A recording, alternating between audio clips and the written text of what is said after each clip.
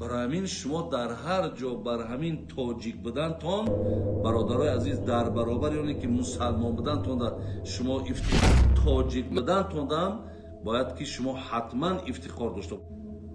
البته باعث افتخاره برادر عزیز.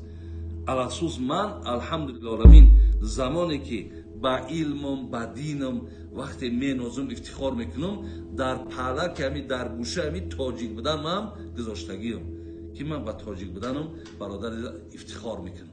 پهلک همی در گوشه همی تاجیک بودن من گذاشتگیم. برای وطن ما ایش که نهیه وطن ما دا وابشه یگون نه ابو نه مابو نه نه یگون کس نهیه وطن ما. اینال این مرتدا که هستن یا باز غالبا در لباس چی داخل میشن در بین ما؟ در لباس ملت گرایی و قوم گرایی و قوم پرستی. مسلمان خود قوم پرست نیست. ما قوم پرستش نمیکنیم. قوم خود خوش داریم. اما باز اگه قوم ما مثل ابو لهب وار کافر بود. ابو لهب قوم رسول الله صلی الله علیه و آله نبود. کاکایش نبود. قریشی نبود.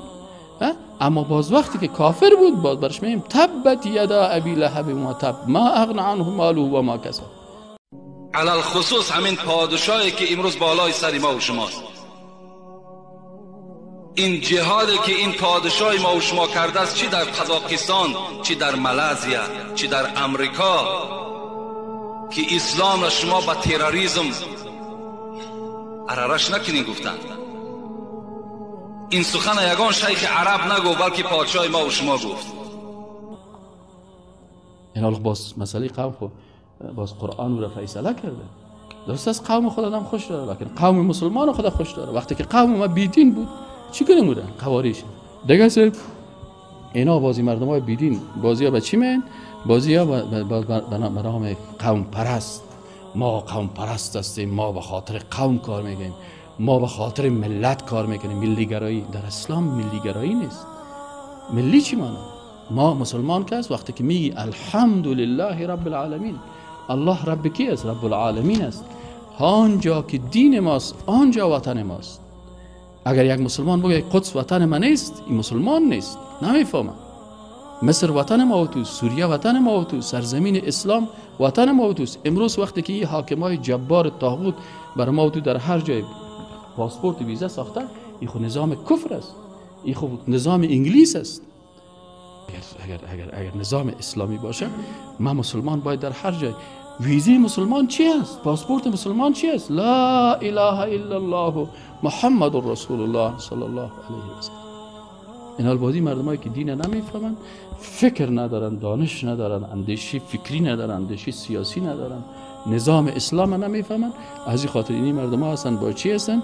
بازی هم میگه ما ملتگرا هستیم، ما قومگرا هستیم، ما وطن پرست هستیم.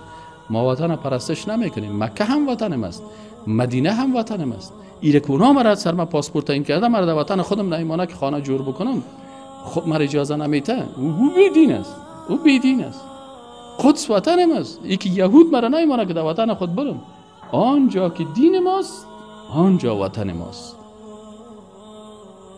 از این خاطر مسلمان بازی چیزا نداشت. تا چند قرن پیش وقتی که نظامای طاغوتی نبود واقعا نظام خلافت اسلامی بود. مسلمان افغانستان اینجا حرکت میکردن، درستن میرفت 6 ماه در راه میکرد. از اون طرف پس از مکه تا اینجا میاد نه کس ویزا پرسانش میکرد نه پاسپورت پرسانش میکرد.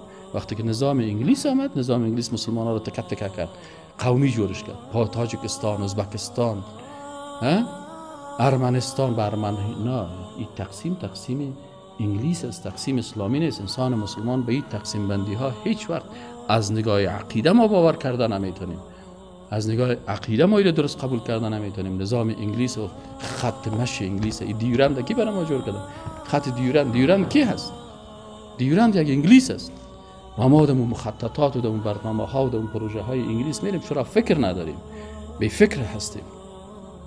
متوجه هستین؟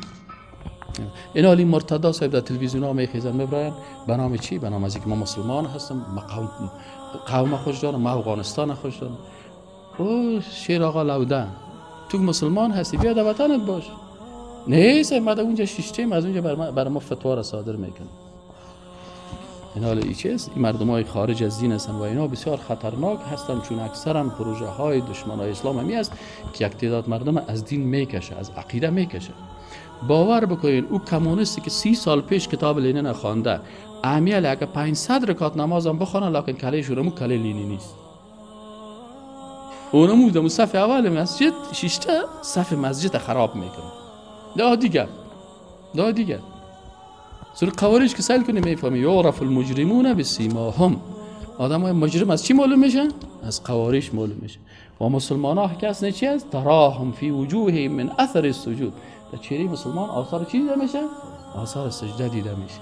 اما یاره که سال کنی ای کمونیست لالا فکر است کاتشتیم اینه که دارن ریش مانده لونگیام چی میگه کاتشتیم امروزایی در افغانستان مداخله کردن. نه استاد دا خبره به نکی اگوی خود افغانستان ده اقتصاد تینگولو ده پر افغانستان ترا خیر تروس برید دا خبره که او لنین دیر خساره یو باز کاتش کی بشینی بازی کنه. از حج آمده یک جای رفتیم یک کسی ازش آمد یک استاد مرا گفت تو بیا بریم خانه فلانی ازش که رفتیم که ایوازی که از مکه قصه کنه از این خروچو فتوگاف گرباچو فتوگاف ازش اومدی قصه رو میکنی. او خود زبان خود ترجمان است. این گندگی ها که کلا باشه نه که تگان داک میشینی او گندگی ها خود در مغزش هست. حالا از زبانشون هم گندگی برآمده میره.